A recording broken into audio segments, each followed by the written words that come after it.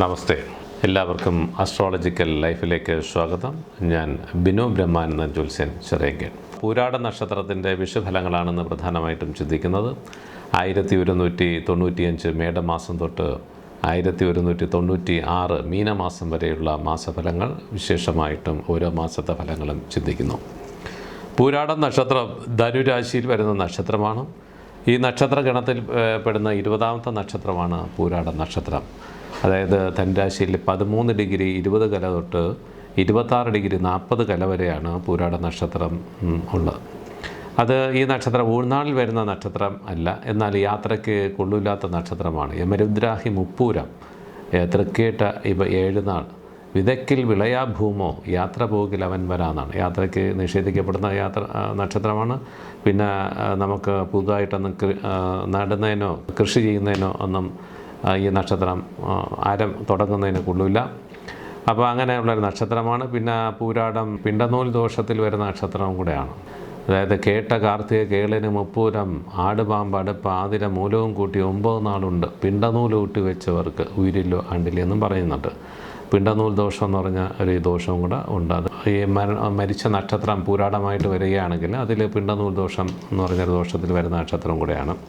ഈ നക്ഷത്രത്തിൽ 1 മുതൽ 4 വരെ ഉള്ള പാദങ്ങൾ ജനിക്കുന്നവർക്ക് നമുക്ക് ഒന്നാമത്തെ പാദം, അതായത് ആദ്യത്തെ 15 നാഴികയ്ക്കകത്താണ് ജനിക്കുന്നതെങ്കിൽ മാതാവിനും, 15 നാഴിക തൊട്ട് അടുത്ത 30 നാഴികയ്ക്കകത്ത് ജനിക്കുകയാണെങ്കിൽ പിതാവിനും, 30 നാഴിക തൊട്ട് 45 നാഴികയ്ക്കകത്ത് ജനിക്കുകയാണെങ്കിൽ അമ്മാവിനും, അത് 45 നാഴിക തൊട്ട് 60 നാഴികയ്ക്കകത്താണ് ജനിക്കുന്നതെങ്കിലും ജനിച്ച കുട്ടിക്കും ദോഷമുണ്ടെന്ന് പറയുന്നുണ്ട്.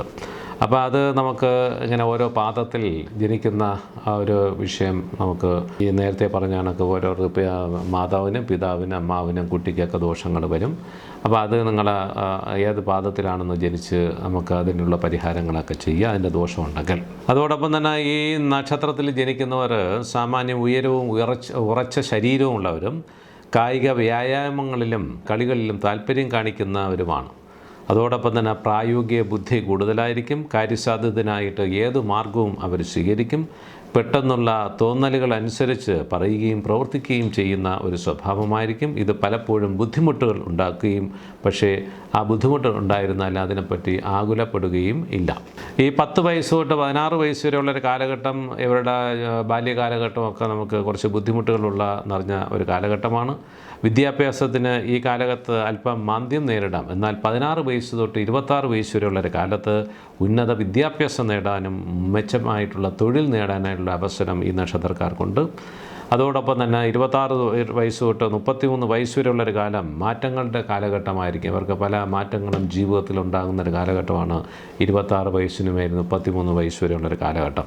അതോടൊപ്പം തന്നെ 33 വയസ്സിന് ശേഷമുള്ളൊരു കാലഘട്ടം ധനാഭിവൃദ്ധി, തൊഴിൽ സംബന്ധമായിട്ടുള്ള നേട്ടങ്ങൾ, കുടുംബസുഖം എന്നിവ ഒക്കെ ഉണ്ടാകാനുള്ള സാധ്യതകളും ഈ നക്ഷത്രക്കാർക്കുണ്ട്.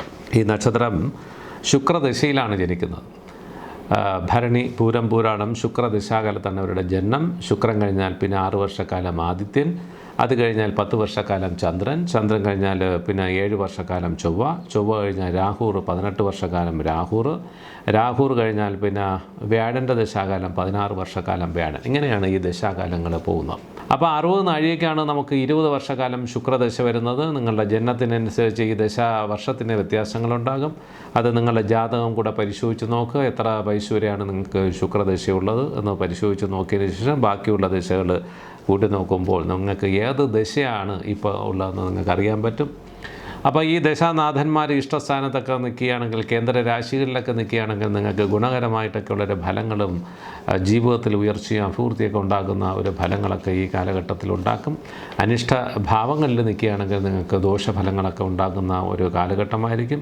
അത് നിങ്ങളുടെ ജാതകത്തിൽ പരിശോധിച്ച് ആ ദശാനാഥന്മാർ ഇഷ്ടസ്ഥാനത്താണോ അനിഷ്ടസ്ഥാനത്താണോ എന്ന് നോക്കിയിട്ട് അതിന് അനിഷ്ടഭാവത്തിൽ അനിഷ്ടഭാവാധിപനുമായിട്ട് യോഗം ചേർന്ന് നിൽക്കുകയാണെങ്കിൽ നിങ്ങൾക്ക് അതിനുള്ള പരിഹാരങ്ങളും കാര്യങ്ങളൊക്കെ ചെയ്യുക. വളരെ ദോഷങ്ങളൊക്കെ ഉണ്ടായിരുന്ന അതൊക്കെ മാറിക്കിട്ടും.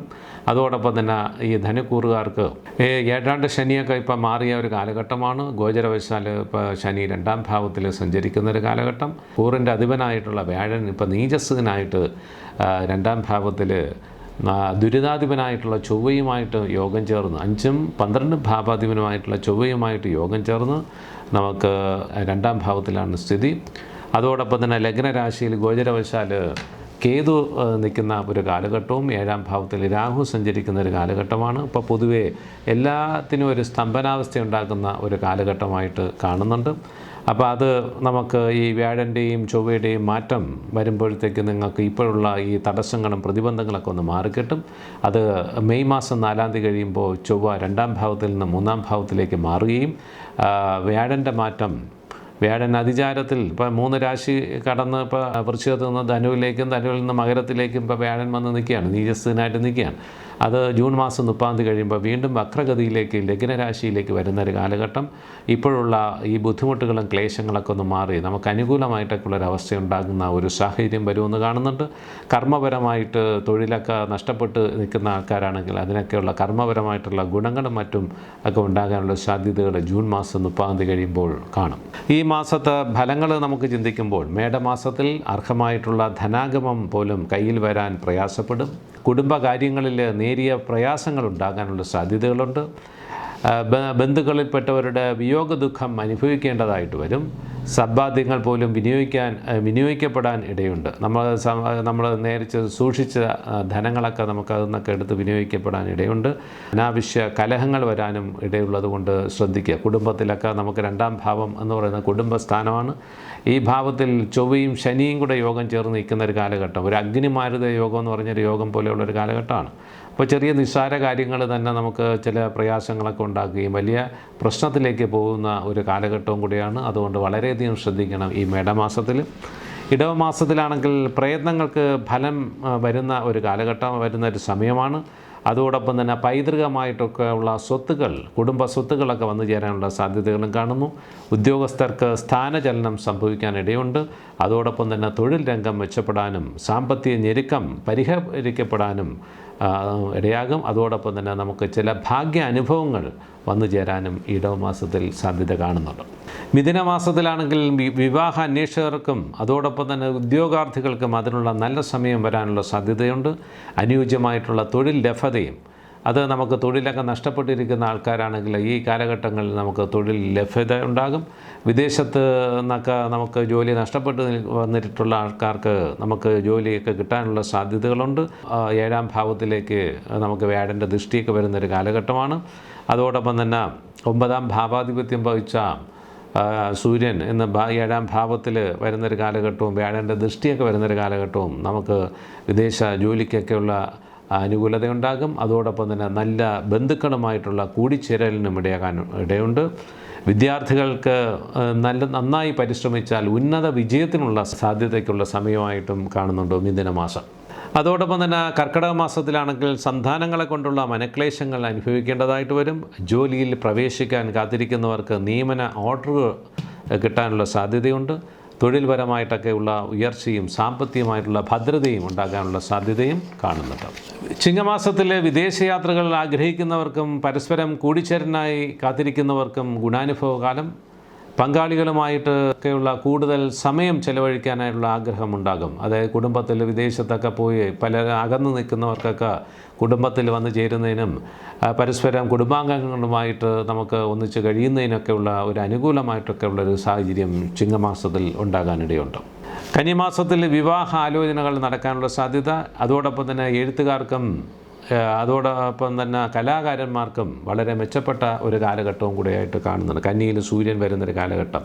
കന്യസ്ഥേ ലിപിലേഖ്യ കാവ്യഗണിത എന്നാണ്. എഴുത്തുകുത്തുകൾ ഇതുമായിട്ടൊക്കെ ബന്ധപ്പെട്ടൊക്കെയുള്ള കാര്യങ്ങൾ സൂര്യൻ കന്നി രാശിയിൽ വരുമ്പോഴത്തേക്ക് കാണുന്നുണ്ട്. അതൊക്കെ നമുക്ക് അനുകൂലമാണ്. തുലാം മാസത്തിൽ തൊഴിൽ രംഗത്ത് ഉയർച്ച, അതോടൊപ്പം തന്നെ സാമ്പത്തിക ഭദ്രത, പ്രമോഷൻ സാധ്യത, വിവാഹത്തിനൊക്കെ ഉള്ള അനുകൂലമായിട്ടൊക്കെ ഉള്ളൊരു കാലഘട്ടം തുലാമാസത്തിൽ ഉണ്ടാകാൻ സാധ്യതയുണ്ട്. വൃശ്ചികം ധനുമാസങ്ങളിൽ നിർമ്മാണ പ്രവർത്തനങ്ങൾ, അതോടൊപ്പം തന്നെ ഗ്രഹം വാങ്ങാനായിട്ടുള്ള തയ്യാറെടുപ്പുകൾ ഇവ നടക്കും. വിഗ്രഹം വാങ്ങാൻ ഉദ്ദേശിക്കുന്ന ആൾക്കാർക്കാണെങ്കിൽ ഈ കാലഘട്ടത്തിൽ നമുക്കതിന് അനുകൂലമായിട്ടൊക്കെ ഉള്ളൊരു സാഹചര്യമാണ്. കൂടുതൽ ഊർജ്ജസ്വലതയും കർമ്മപുഷ്ടിയും കാണുന്നുണ്ട്.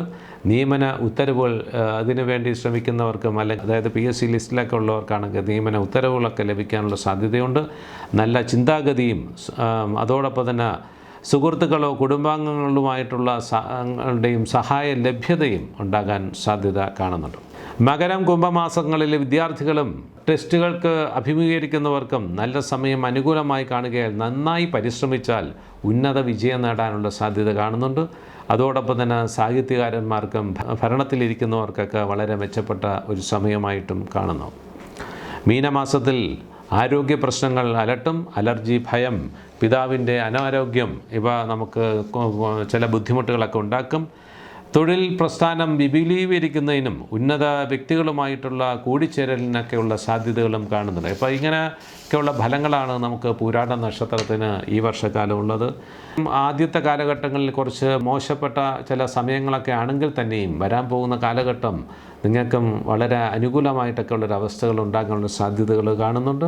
വിഷുഫലങ്ങൾ ഗോചരവശാലുള്ള ഫലങ്ങളാണ് നമുക്ക് ഇപ്പോൾ ചിന്തിച്ച ഫലങ്ങൾ പറയുന്നത്. ജാതകവശാലുള്ള ഫലങ്ങൾ നിങ്ങളുടെ ജാതകവും കൂടെ പരിശോധിക്കണം. പരിശോധിച്ചിട്ട് നിങ്ങൾക്ക് അനിഷ്ടമായിട്ടൊക്കെ ഉള്ള ഫലങ്ങളാണ് കിട്ടുന്നതെങ്കിൽ അതിനുള്ള ദൈവീകപരമായിട്ടൊക്കെയുള്ള പരിഹാരങ്ങളും കൂടെ നിങ്ങൾ ചെയ്യുക. നിങ്ങളുടെ ജാതകം വ്യക്തിപരമായിട്ട് പരിശോധിക്കണമെങ്കിൽ എൻ്റെ വാട്സപ്പ് നമ്പറിൽ നിങ്ങൾക്ക് കോൺടാക്റ്റ് ചെയ്യാം. അതിന് പ്രത്യേക ഫീസുണ്ട്. അപ്പോൾ നിങ്ങൾ ഇതിൻ്റെ ഡിസ്ക്രിപ്ഷനിൽ ക്ലിക്ക് ചെയ്യുകയാണെങ്കിൽ എൻ്റെ ഫോൺ നമ്പർ കിട്ടും. എല്ലാവർക്കും ഈ വർഷകാലം വളരെ ഗുണകരമായിട്ടൊക്കെയുള്ള ഒരവസ്ഥ ഉണ്ടാകട്ടെ എന്ന് പ്രാർത്ഥിക്കുന്നു. വിഷു ആശംസകൾ.